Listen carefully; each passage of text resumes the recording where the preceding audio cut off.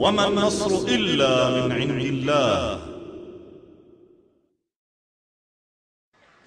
يا أخوان، بلا حزبية ولا عنصرية ولا تحيز، ثورة ليبيا، تونس، مصر، اليمن، ثورات مباركة لكنها صفحة وكفة، وما يحصل اليوم في سوريا كفة أخرى ومرحلة جديدة في هذه الأمة. يحصل اليوم في سوريا مرحلة، أولا هي معركة بقاء لهذه الأمة، إما أن نكون أو لا نكون، وبإذن الله سنكون أمة باقية. اثنين، ما بعد سوريا، وأذكركم بكلمات هذه، سيتغير أمر كثير في هذه الأمة. ما بعد انتصار سوريا وبعد قيام الأمة مرة أخرى في سوريا وعودة الأمة للنصر في سوريا، سيتغير أمر كثير خاصة في المنطقة عندنا. سيتغير ميزان القوى، وأمم بإذن الله عز وجل شرها سينكسر، ومشروع ضخم يريد لهذه الأمة شرا سيزول بإذن الله عز وجل. عشان كذا لما يقولون للناس إيش معنى سوريا، ما يفهمون أن سوريا ستغير تاريخ الأمة بإذن الله جل وعلا. من هدي النبوة أحاديث الملاحم، ومرحلة جديدة تستعد لها الأمة الإسلامية وتتجلى في الثورة السورية. هذه مو قصص اليوم نشوفها بعيننا، اليوم نسمعها بآذاننا. شفتوا الجثث في سوريا يا أخوان؟ أن ما ترونه الآن بأعينكم وما تستمعون إليه الآن في وكالات الأنباء وعبر الفضائيات ونشرات الأخبار قد تحدث عنه النبي المختار الذي لا ينطق عن الهوى. في آخر الزمان يكون جند بالعراق، وجند بالشام، وجند باليمن. فسئل النبي صلى الله عليه وسلم: مع أي جند أكون؟ قال: عليك بالشام، عليك بالشام، فالملائكة باسطة أجنحتها. كل هذا بركة لهذه الأرض. إنها الشام التي قال النبي صلى الله عليه وآله وسلم عنها: إن الإيمان إذا كثرت الفتن بالشام. إن الإيمان إذا كثرت الفتن بالشام. الشام اللي كنا نراها منطقة وبلاد عادية حالها كحال كل بلاد المسلمين، بلاد عادية. اليوم شوف الثورة التي فيها يربيهم الله عز وجل لأمر آخر. شوف كل شعاراتهم: ما لنا غيرك يا الله، ما لنا غيرك يا الله، يا الله، ما لنا غيرك يا الله، ويا الله جنتك يا الله، يا الله جنتك يا الله، ويا الله اشرح بعد يا الله، يا الله ما لنا غيرك يا الله، ويا الله. والحديث رواه الإمام مسلم وغيره من حديث أبي هريرة رضي الله عنه قال صلى الله عليه وسلم: لا تقوم الساعة حتى ينزل الروم بالأعماق. صلى الله على من لا ينطق عن الهوى. أين الأعماق هذه؟ بالأعماق أو بدابق. الأعماق أو دابق في حلب في سوريا. لا تقوم الساعة حتى ينزل الروم بالأعماق، أو قال بدابق. دابق أرض هي شمال مدينة حلب، شمال سوريا. في الحديث أيضا في مسلم قال عليه الصلاة والسلام: لن تقوم الساعة حتى تنزل الروم بالأعماق، أو قال بدابق. لاحظ ما قال حتى تأتي، حتى تنزل، دليل أنهم يأتون من شمال. الأعماق ودابق في شمال سوريا. لا تقوم الساعة حتى ينزل الروم. الروم من الروم؟ الروم أو بنو الأصفر امتدادهم الآن في العصر الحديث الأوروبيون والأمريكيون، نسل بني الأصفر، أوروبا وأمريكا. فيما رواه مسلم: تصطلحون أنتم والروم صلحا تاما، فتقاتلون عدوا من ورائكم. ويصير عهد بين المسلمين وبين الروم لقتال عدو من ورائهم. السؤال: من هذا العدو؟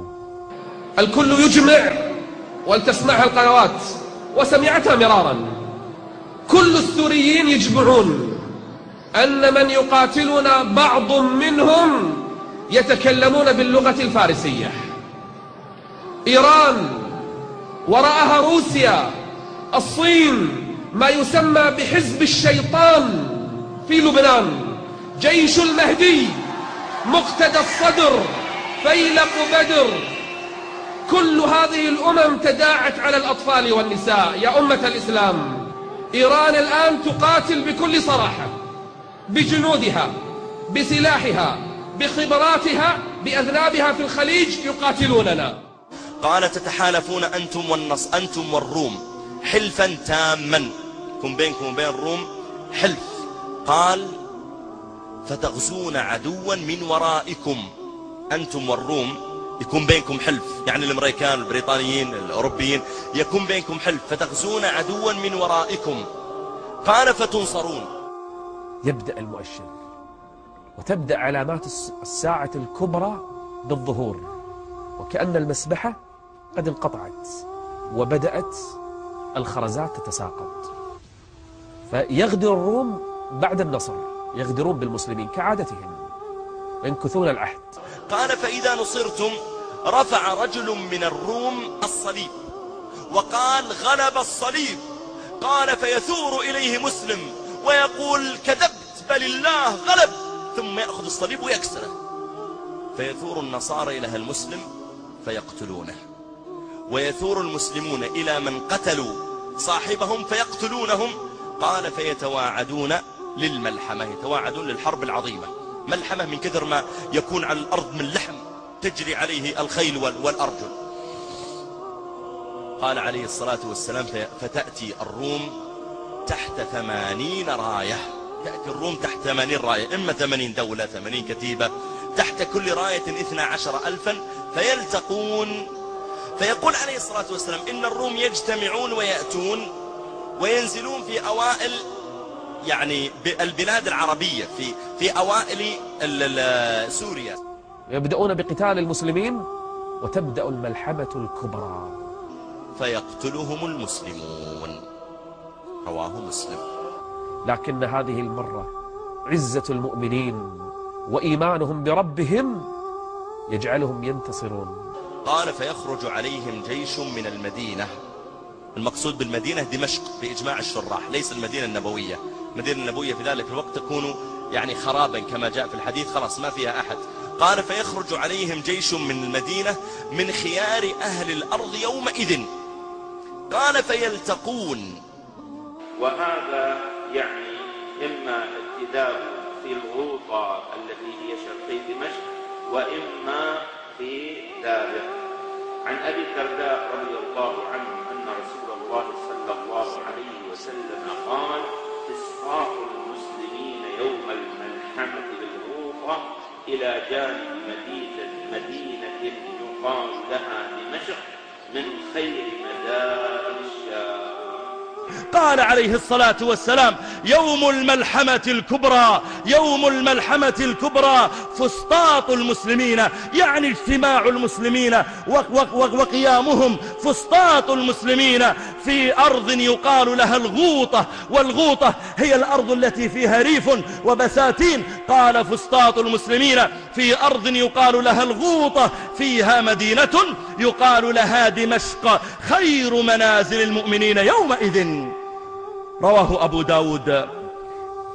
يخرج رجل من آل بيت النبي صلى الله عليه وآله وسلم، اسمه كاسم النبي واسم أبيه كاسم أبيه، محمد بن عبد الله، فهو من أشراف الناس ومن كرام البشر.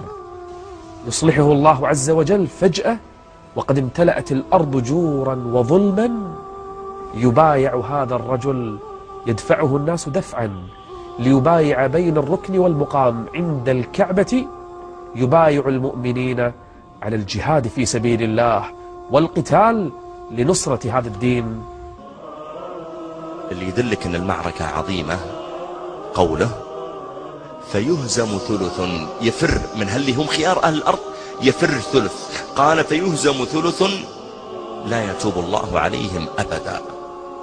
قال ويقتل ثلث هم خير الشهداء عند الله. قال ويفتح الله على ثلث. حديث يرويه الإمام أحمد بن حنبل رحمه الله تعالى، وهو الحديث الأول في صحيح الجامع الصغير. يقول النبي صلى الله عليه وآله وسلم: تكون النبوة فيكم ما شاء الله لها أن تكون. تبقى النبوة فترة يقدرها الله سبحانه وتعالى، يقررها الله سبحانه وتعالى. تكون النبوة فيكم ما شاء الله لها أن تكون، ثم يرفعها الله إذا شاء أن يرفعها، ثم تكون خلافة على منهاج النبوة.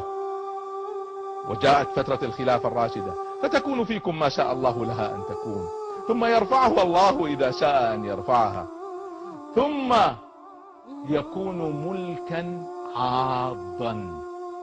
الملك العاض، تعرفون الواحد لما يمسك بشيء فالجرة فيتمسك أكثر، فالجرة فيحاول أن يتمسك بأي شيء فيضع أسنانه في الخشب حتى ما أحد يجره.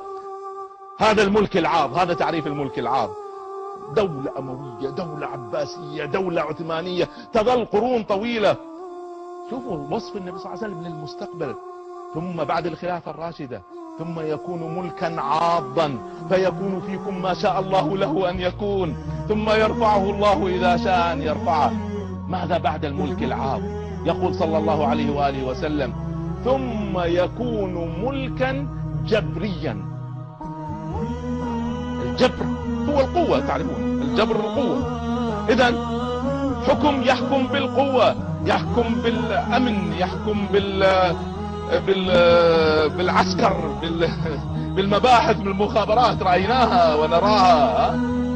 ملكا جبريا، انقلابات عسكرية، أمن، معركة جمل، غيرها. هكذا عقول قليلة لكن يحكمون بالقوة. ثم يكون ملكا جبريا، فيكون فيكم ما شاء الله له أن يكون. يبقى هذا الملك الجبري يحكم الأمة بالجبر، بالجبروت، يحكمها فترة، ثم يرفعه الله إذا شاء أن يرفعه، ثم تعود خلافة على منهاج النبوة، فنحن اليوم ننتظرها.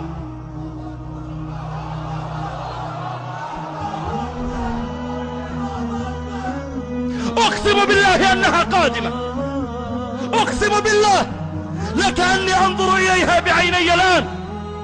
وما يقع اليوم في بلاد الإسلام من تصفية ومن تضحيات ومن جهاد ومن اجتماع كلمة العلماء والمسلمين إلا تهيئة من ربنا جل وعلا للأمة لتكون أهلا لحمل الخلافة.